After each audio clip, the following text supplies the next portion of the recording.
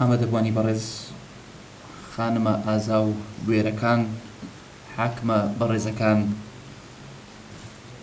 دکتۆرە خانزاد و ستافە بەڕێزەکەی لە ئەنجومەنی باڵای خانمان و کوردەخان، بۆ تو ستافە بەڕێزەکەت لە بەڕێوەبەرایەتی گشتی بەرەنگاربوونەوەی تووتیژی ئافرەتان و خێزانەکان. زۆر خۆشحاڵم کە ئەمڕۆ کە ئامادەم لەم کۆبوونەوە کراوەی ڕاوێژکاریە کە لەسەر بابەتێکی گرنگی ئاستەنگەکانی بەردەم جێبەجێکردنی یاساکان کە پەیوەندیدارن بە تووتیژی خێزانەوە ئامادەین. من لەلایەن باوکمەوە پەروەردە کراوم کە دادوەر شایستەی ڕێزێکی تایبەتە کە هەر کاتێک دادوەرێک هاتە ژوورێک ئەبێ لەبەری هەستیت و هەر کاتێک لەگەڵ دادوەرێک بی هەرگیز نابێت لە پێش دادوەرەکە بکەوی، بەڵکو ئەبێ لە پێش خۆتی بخەیت. باوکم لە هەمان کاتە فێری کردم کە ڕەخنەی بنیادنەر پێویستە بۆ گەشەکردنی مرۆڤ و کۆمەلگا. بۆیە داواکارم بە سنگێکی فراوانەوە گوێ لە وتارەکان و هەندێک لەو تێبینیانەی کە هەمە لەسەر پرۆسەی تووتیژی لە کوردستان بگرن.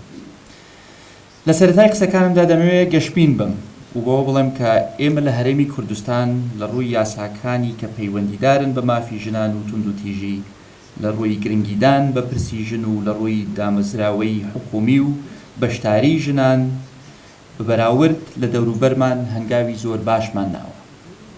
بەڵام دوور لە یاسا نووسراوەکان لە واقعدا تووتیژی دژی ژنان هێشتا بەردەوامە و هێشتا ڕێگایەکی دوور و درێژمان ماوە تاکو بنبڕی بکەین. پێم وایە بۆ کەمکردنەوە و نەهێشتنی تووتیژی دژی ژنان پێویستە لەسەر دوو ئاستا قسە بکەین. یەکەمیان لەسەر ئاستی پەروەردە و ڕۆشنبیری گشتی کە سرەڕای ئەو هەنگاوە باشانەی کە تاکە ئێستا نراون کە چی دەتوانم بڵێم ئێمە لەم ڕووەوە لە ئاستی چاوەڕوانی مندا سەرکەوتوو نەبووینە. لەمەشتا هەموو لایەکمان بە حکوومەت و بەدەسەڵاتی دادوەری و بە پەرلەمان و ڕێکخراوەکان و لایەنە سیاسیەکانیش بە نووسەر و ڕۆشنبیر و هونەرمەندان و تەنانەت بە مامۆستایانی ئاینیشەوە بەرپرسیارین. بەو هەموو میدیایی کە هەمانە، بەو هەموو خوێندنگا و زانکۆ و ڕێکخراوانەی کە هەمانە، بۆچی نەمانتوانیوە تاکەکان بە جۆرێک پەروەردە بکەین کە پەنا بۆ تووتیژی دژی ژنان نەبن؟ بۆچی نەمانتوانیوە ئەو باوە کۆمەڵایەتیانە بنبڕ بکەین کە ڕێگا دەدەن بە تووتیژی و کوشتنی ژن بە ناوی شەرەفەوە؟ ناهوشیاری تاک دەبێتە هۆکاری زیادبوونی تووتیژی و کوشتن. ئەو ڕۆژە وتم و دیسان دەیڵێمەوە هیچ شەرەفێک لە ژن کوشتندا نییە و شەرەفی خۆمان پەیوەستە بە ڕەوشت و ناخی خۆمان، نەک ڕەفتار و هەڵس و کەوتی کەسێکی تر. لەسەر ئاستی دووەمیش کە ئاستی یاساییە و بابەتی ئەمڕۆی ئێمەیە، بەپەی ئەو راپۆرتانەی کە هاتوونەتە بەردەستم و هەروەها بەپەی ئەو بەدواداچوونانەی کە کردومانە، کۆمەڵێک کێشە و ئاستەنگ و ڕەخنەی زۆر جددی هەن. با لە خودی یاسای بەرەنگاربوونەوەی تووتیژی خێزانی دەست پێ بکەین. هەرچەندە یاساکە بەگشتی یاسایەکی باشە، بەڵام چونکە لە ساڵی 2011دا پەسەند کراوە و لەو کاتەوە تاکو ئێستا کۆمەلگای ئێمە بە کۆمەڵێک گۆڕانکاریدا تێپەڕیوە، ئەو یاسایە وەڵامدەری هەندێک لەو کێشانەی ئەمڕۆ نییە. دوای نزیکەی 9 ساڵی کارکردن بە یاساکە، وەک چۆن لایەنە باشەکانی یاساکە دەرکەوتون، لاوازی و کەم و کورتیەکانی یاساکەش دەرکەوتون. لە هەمان کاتدا یاسای باری کەسیش پێویستی بە هەموارکردنە، کەم یاسایە کە زۆر پەیوەندیدارە بە مافی ژنان و خێزان و هەرچەندە بۆ ئەو کاتەی کە یاساکە دەرچوو یاسایەکی ڕێچکەشکێن بوو، دیسان بۆ ئەم سەردەمە پێویستی بە هەموارکردنەوەیە. بۆ ئەمەش پێویستە لایەنە پەیوەندیدارەکان، بەدەسەڵات و ڕێکخراوەکانی ناحکومی، دادوەر و پەرلەمەنتار و چالاکوان هێزمان یەک بخەین و ئەو کەم و کورتیانەی کە لەم یاسانە هەن دەستنیشانیان بکەین و یاساکان هەموار بکەین بۆ باشترکردنیان. بەڵام ئاشکرایە کە ڕەخنەش هەیە لە شێوازی جێبەجێکردنی یاساکان کە دەگەڕێتەوە بۆ شێوازی جۆرا و جۆری کارکردنی دادگاکانی هەرێمی کوردستان لەسەر یاساکە.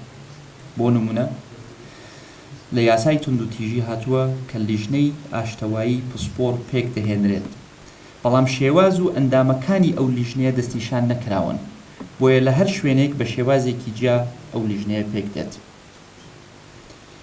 لە هەمان کاتدا هەندێک لەو فەرمانبەر و پۆلیسانەی کە لە دادگاکان کار دەکەن باش ڕانەهێنراون و هەڵس و کەوتیان لەگەڵ تاوان لێکراو یان قوربانیەکان باش نین. جاری وا هەبووە بەهۆی مامەڵی خراپی فەرمانبەرێکەوە کەسێکی تاوان لێکراو پاشگەز بووەتەوە لە تۆمارکردنی سکاڵاکەی. لەبەرەمەش نابێت کەسانێک کە لە دادگاکانی توندوتیژی کار بکەن باوەڕیان بە یەکسانی جەندەر نەبێت، یان باوەڕیان بە خودی یاساکە و فەلسەفەکەی پشتی یاساکە نەبێت، یان لەوانەیە پێویست بکە پێداچوونەوە بەو کەسانە بکرێت یان پێویست دەکات ڕاهێنانیان پێ بکرێت. با ڕاشکاو بین سەبارەت بە ڕەفتار و هەڵسوکەوتی هەندێک لە دادوەرە بەڕێزەکانیشە گلەیی هەیە. ئەزانم کە قورسە بۆ چوونی شخصی خۆمان جا بکەینەوە لە کار و بڕیاری ڕۆژانەمان، بەڵام بۆ چوونی شخصی دادوەر بە هیچ شێوەیەک نابێت زاڵ بێت لەسەر ڕێڕەوی کاری دادگا. هەندێک جار بیر و بۆچوونی ئاینی یان کۆمەڵایەتی دادوەر کاریگەری هەبووە لەسەر ڕەوت و بڕیاری دادگا. هەندێک جار شێوازی جلوبەرگ و ڕەفتاری تاوان لێکراوێک کاریگەری لەسەر بڕیاری دادوەر هەبووە. خۆتان لە من باشتر دەزانن کە دادوەر بۆ ئەو کەسانەی لە دادگاکانە کار دەکەن نابێ بڕیار بدەن لەسەر ڕەفتاری کەسی مرۆڤ، بەڵکو ئەرکیان ئەوەیە بەپێی یاسا پارێزگاری لەو کەسانە بکەن کە تاوانیان بەرامبەر کراوە. هەروەها گلەی ئەوە هەیە کە لێکۆڵەرەکانی داد زۆر جار گوێ نادەن بەو راپۆرتانەی کە لەلایەن بەڕێوەبەرایەتی بەرەنگاربوونەوەی توندوتیژی ژنانەوە ئامادە دەکرێن، بەڵکو بەپێی تێگەیشتنی خۆیان دۆسیەکان ڕەوانەی دادوەرەکان دەکەن. کێشەیەکی دیکەشەوەیە کە هەندێک جار پرۆسەی دادگاییەکە زۆر بەخاوی بەڕێوە دەچێت، بە جۆرێک کە هەندێک لە ژنان و تاوان لێکراو دوای ماوەیەک پاشگەز دەبن لە تۆمارکردنی سکاڵاکانیان. ڕەنگە هۆکارەکەی کەمی دادوەری تایبەتمەند بێت یان نەبوونی دادگایی تایبەتمەند لەسەر تاپای هەرێمی کوردستان بێت. هەر هۆکارێکی هەبێت دەبێت زۆر بە خێرایی ئەم کێشانە و ئەم کەم و کورتیانە چارەسەر بکەین. بە تایبەت کە زۆر جار دواکەوتنی پرۆسەی دادگاییەکە ڕێگا خۆش دەکا یاسا ببێتە قوربانی سڵحی عەشایری یان دەستێوەردانی حزب یان کەسانی دەستڕۆیشتوو، نەک هەر بۆ یاسای بەرەنگاربوونەوەی توندوتیژی خێزانی بەڵکو بۆ هەموو یاساکە. دەزانم لێرە و لەوێ فشار هەیە لەسەر دادگاکان و لایەنە پەیوەندیدارەکان، بەڵام دەسەڵاتی دادوەری دەسەڵاتێکی سەربەخۆیە و پێویستە دادوەرەکان و ئەوانەی لە دەسەڵاتی دادوەریدا کار دەکەن لە پێناو کۆمەڵگایەکی تەندروست و هەروەها لە پێناوی شکۆی خۆیاندا خۆڕاگر بن لە بەرامبەر دەستێوەردان لە کاروباریان، بە تایبەت ئەگەر دەستێوەردانەکە لە دۆسیەیەکی توندوتیژی خێزانی بێت. ئەوە ئەگەری بەهێزی ئەوەیە کە بەداخەوە مافی ژن و کەسی تاوان لێکراوە بکرێتە قوربانی سڵحی عەشایری و دەستێوەردانەکە. لەم بارەیەوە داواکاری گشتیش دەبێت ڕۆڵی جدی ببینێت، بە تایبەت لە دۆسیەی ژن کوشتن و ڕێگا نەدرێت تاوانبارێک بە سڵحی عەشایری و دەستێوەردانی کەسانی دەستڕۆشت و خۆیان لە سزای یاسایی بدزنەوە. بەڕێزان، لە کۆتاییدا تەنها دەمەوێ ئەوە بڵێم بۆ نەهێشتنی کەم و کورتی لە یاساکان و هەروەها بۆ چارەسەرکردنی ئەو گرفت و ئاستەنگانەی کە لە بەردەم جێبەجێکردنی یاساکاندا هەن، هیچ چارەیەکمان نییە جگەلەوەی کە هەموو لایەکمان بە هاودەنگی و بە پێکەوەیی بە ئیرادەیەکی هاوبەش کار بکەین بۆ دۆزینەوەی کەم و کورتیەکان و ڕاستگۆیانە چارەسەریان بکەین.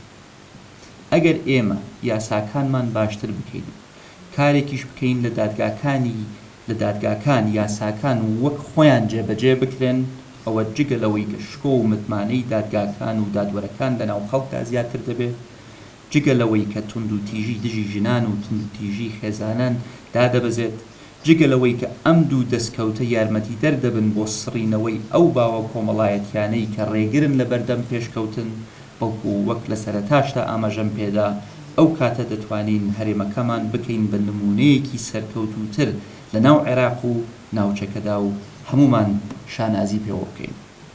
منەمەوێت سوپاستان بکەم و دەستخۆشیتان بکەم بۆ ئامادەبوونتان، بۆ ماندووبوونتان، بۆ ئەرک و چالاکیتان. ئەزانم لەم دۆخە سیاسی و ئابووری و کۆمەڵایەتی ئەمڕۆ کارەکانتان قورسە. زۆر شتیش هەیە کە لەبەر وەختە نەمانتوانی لە وتارەکەماندا پێشکەشی بکەین. هیوادارم لە چوارچێوەی گفتوگۆیەکی تەندروستە بتوانین باسی بکەین، وەکو کێشەی دەرونی تاوان لێکرا و وەکو ئەو کێشانەی کە ڕوبەڕووی منداڵ دەکرێنەوە، وەکو چەندین کێشەی تر کە پەیوەستن بە یاسا و بە دامەزراوەکانی هەرێمی کوردستان و پەیوەستن بە بۆچوون و تێڕوانینی کۆمەڵگا.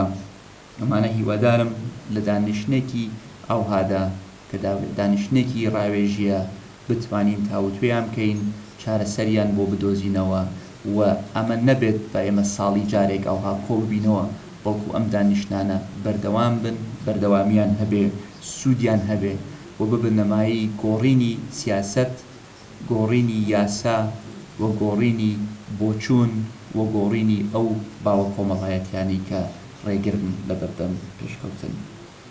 هیوای سەرکەوتنتان بۆ خوازم، هەر شاد و سەربەرز و سەرکەوتوو بن، بەخێر بن سەرچاو.